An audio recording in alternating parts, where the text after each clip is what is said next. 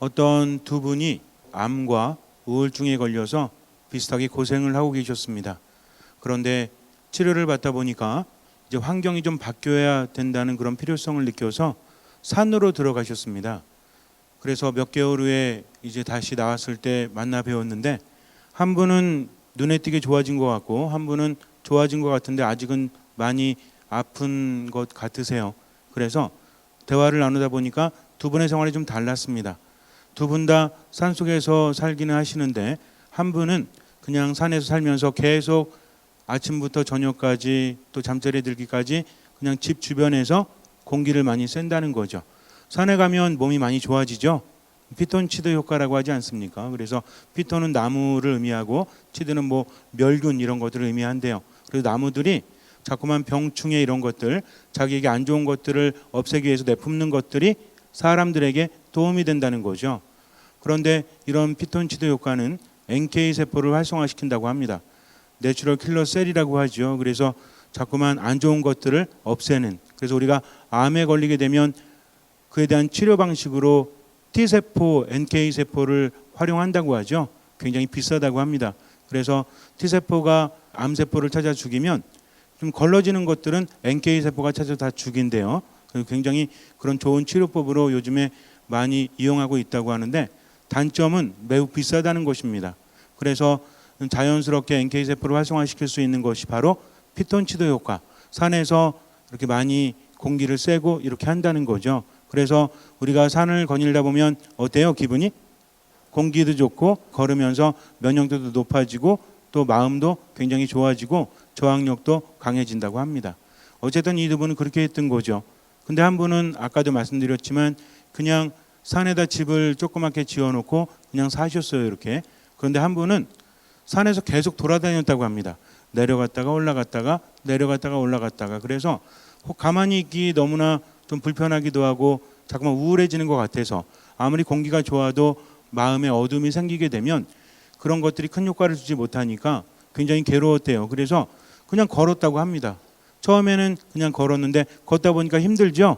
힘들고 잡생각이 많이 사라졌대요. 그래서 그 다음부터는 무조건 밥 먹고 걷고 밥 먹고 걷고 또 때로는 밥을 싸서 점심은 먹고 저녁에 들어오고 이렇게 했다고 합니다. 몇 달이 지났는데 이분은 굉장히 좋아졌어요. 그래서 저는 이런 생각을 했습니다. 분명히 환경이 변해야 되는 것도 맞지만 더욱더 중요한 것은 환경과 더불어서 누가 변화되어야 한다? 내 자신이 변화되어줘야 한다는 거죠.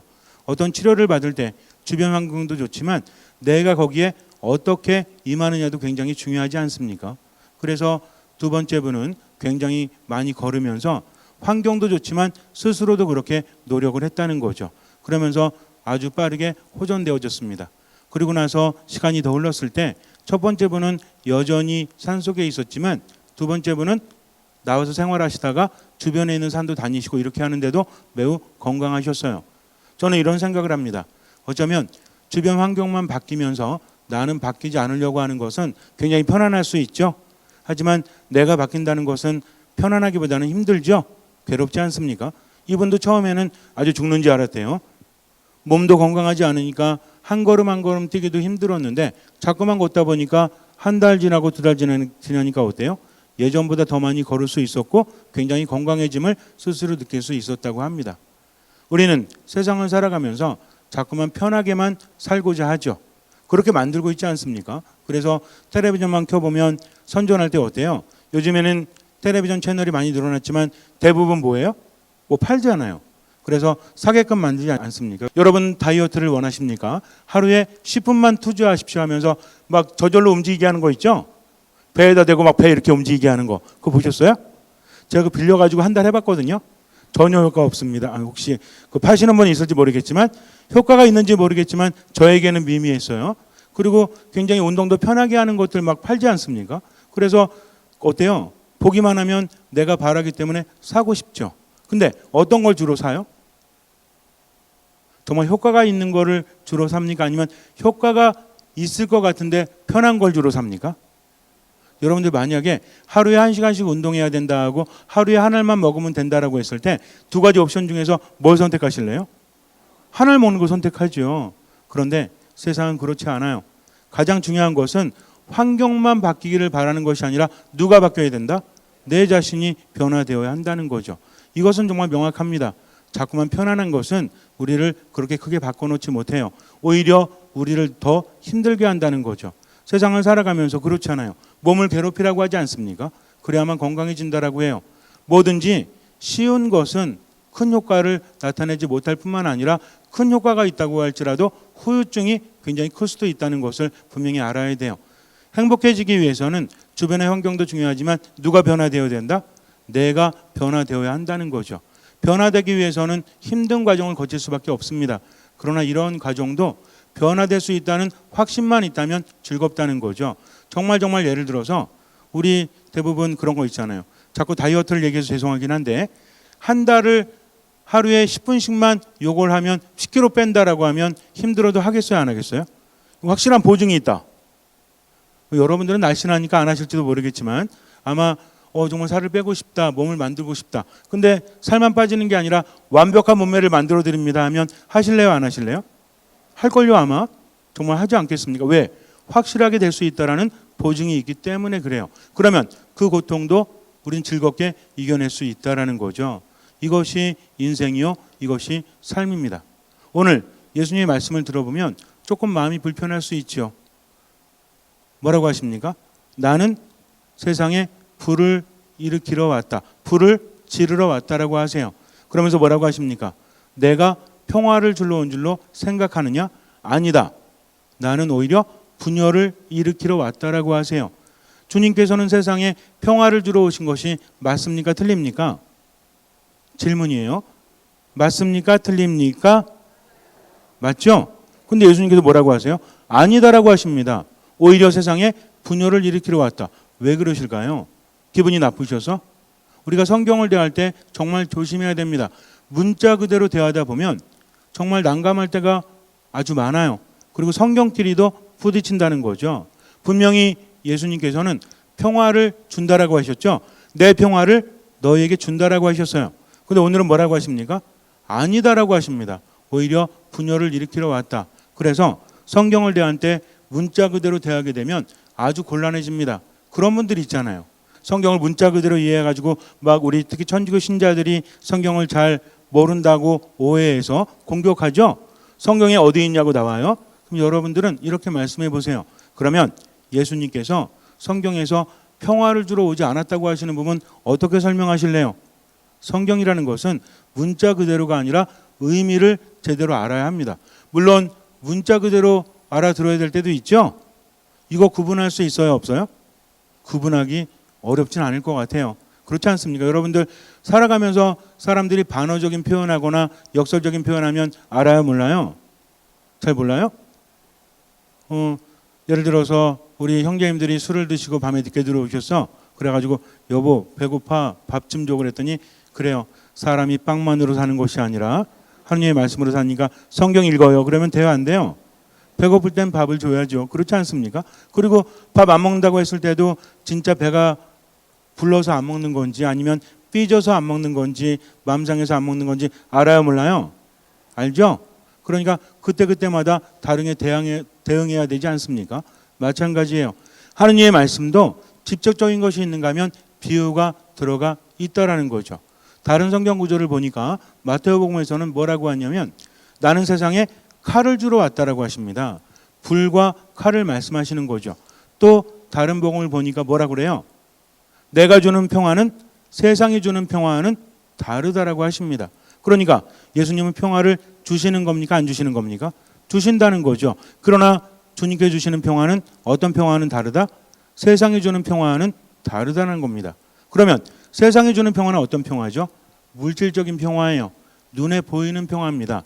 즉 평화를 받는 사람이 변화되는 것이 아니라 그냥 주어지는 평화라는 거죠. 이것도 좋을 수는 있어요. 그러나 내 상태에 따라서 다르지 않습니까? 우리가 맛있는 고기를 먹는다? 그러면 이 고기가 세상에 유일하고 정말 그 가격으로 따지면 엄청나다. 그럼 다 먹고 싶겠죠. 그런데 병에 걸려서 고기를 먹으면 안 되는 사람은 먹으면 안 되지 않습니까? 그러니까 겉으로 주어진다고 할지라도 우리에게 모든 것이 다 좋지는 않다는 거죠. 돈 어때요? 돈은 많을수록 좋죠? 근데 통계적으로 볼 때 돈이 굉장히 많은 사람들은 오히려 행복도가 떨어진다고 합니다. 돈이 많다 보니까 여러 가지 병도 많아진대요. 예전에 어떤 분이 그랬는데 사업을 하다가 처음에는 이렇게 조그맣게 사업을 하면서 되게 행복했대요. 수입이 늘어가면서 가족들과 여행도 다니고 그리고 좋은 것도 먹고 굉장히 행복했다고 합니다. 근데 수입이 100배가 넘어서부터는 없던 병도 생겼대요. 왜? 자꾸 돈이 들어오니까 관리해야죠. 뭘 써야 돼요? 신경 써야죠. 그리고 돈을 어떻게 제대로 굴리지 않으면 또 망할 수도 있지 않습니까? 사업이라는 것이 돈이 많다고 해서 무조건 좋은 것이 아니라 계속해서 굴러가야 되잖아요. 그러니까 신경 쓰고 염려하고 이러다 보니까 옛날에는 비타민 한두 개 먹었는데 지금은 약을 몇십 알씩 먹는다고 해요. 돈이 생겨났기 때문입니다. 그래서 제가 그랬어요. 그러면 형제님 그 돈 다 버리세요. 그랬더니 뭐라고 하시는지 알아요? 싫은데요? 라고 하시더라고요. 그러니까 몸은 망가지고 마음은 망가져도 그거를 내가 놓을 수가 없다라는 거죠. 이게 인생이지 않습니까? 우리 누구도 그분을 참 어리석다라고 말할 수 없어요. 여러분들 같으면 놓으실까요? 자산이 거의 1,000억인데 내가 약을 더 먹는 한이 있더라도 놓을 수 있을까요? 없을까요? 정말 그래도 난 과감하게 놓겠다 하시는 분, 그러면 정말 대단한 겁니다. 이런 분들은 정말 지혜로운 분이에요. 우리가 세상을 살면서 지혜롭다와 어리석다 구분할 수 있을 것 같아요. 진짜 힘들어요. 내가 없을 때는 객관적입니다. 지혜로워요. 근데 내가 있으면 어때요? 내가 있으면 절대로 객관적일 수 없다는 거죠. 이렇게 나약한 것이 인간이에요. 그러니 무조건 주면 됩니까? 안 됩니까? 비유로 자주 들지만 칼이라는 것을 아이에게 함부로 주면 돼요? 안 돼요? 안 되죠? 언제 줘요? 아이가 칼을 다룰 수 있을 때 그것을 주지 않습니까? 하느님께서는요, 우리에게 이로운 것을 주려고 하시지 내가 달라고 해서 무조건 주시는 것은 아니라는 거죠. 그렇지 않습니까? 무책임하게 무조건 줘서 그것이 나에게 이익이 아니라 해가 된다면 그러면 하느님은 하느님답지 못하시다는 거죠. 예수님도 마찬가지십니다. 우리에게 평화를 주시긴 주시는데 정말 행복해질 수 있는 참 평화를 주신다는 거죠. 세상의 평화처럼 사람을 갉아먹는 평화가 아니라 오히려 누릴 수 있는 평화를 우리에게 주신다는 것입니다. 예수님께서 이 말씀을 하셨을 때 세상에는 굉장히 유명했던 평화가 있어요. 박스 로마나라고 합니다. 이게 뭐냐면 로마의 평화예요. 여러분들 많은 사람들이 로마를 동경했습니다. 그래서 로마가 다른 데를 지배할 때는 어떻게 하냐면 지배층 계급에게 이렇게 말해요. 로마의 귀족 자격을 주겠다. 그럼 사람들은 어떤지 알아요?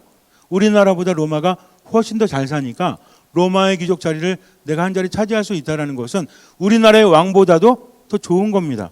그러니 로마로 가고 싶어서 오히려 적극 협조하기도 했다라는 거죠. 근데 로마의 평화는 굉장히 향락적이고 굉장히 화려하지만 문제가 뭐였는지 아세요? 혹시 여러분들 혹시 뭐 영화라든지 아니면 뭐 그림이라든지 이런 걸 통해서 보셨는지 모르겠지만 로마 사람 누워서 먹는 거 아세요? 누워서 먹다 어떻게 먹어? 개어내고 또 먹어. 그러면 맛있을까요? 물론 맛있을지도 모르겠지만 그러다 보니까 뭐가 짧아지는지 알아요? 수명이 짧아집니다. 사람들이 먹기만 하고 움직이려고 하지 않아요. 그리고 검투사나 원형 경기장에서 뭐 합니까? 심지어는 맹수하고 사람들을 싸우게 하죠. 특히 가톨릭 신자들이 어땠습니까? 예수 그리스도 믿다가 잡혀가면 원형 경기장 가서 사람들의 눈요기감으로 전락하죠. 뭐만 보는 거야? 사람이 사람을 죽이거나 동물이 사람을 죽이거나 그러면서 어떻게 합니까? 손가락을 이렇게 놓고 사람들이 이렇게 하죠. 살려라 할 땐 어떻게 해요? 위로하고 죽여라 할 땐 어떻게 해? 그러니까 검투사 둘이 싸우다가 한 사람은 딱 놓고 이제 칼을 딱 목에 겨냥하고 죽일까요? 살릴까요? 하고 누굴 봅니까? 사람들을 보죠. 그럼 사람들은 살리고 싶으면 어떻게 해? 손가락을 위로 막 이렇게 올리는 거죠. 죽이고 싶으면 내립니다. 이걸 맨날 봐봐요. 어떨 것 같아요? 정서적으로 온전하겠습니까? 그러니까 점점 더 강한 것을 추구하다가 정신도 깨져버리고 마음도 깨져버리고 육체도 깨져버린다는 거죠. 행복했을까요? 결국은 어떻게 됐어요? 멸망해버리지 않습니까?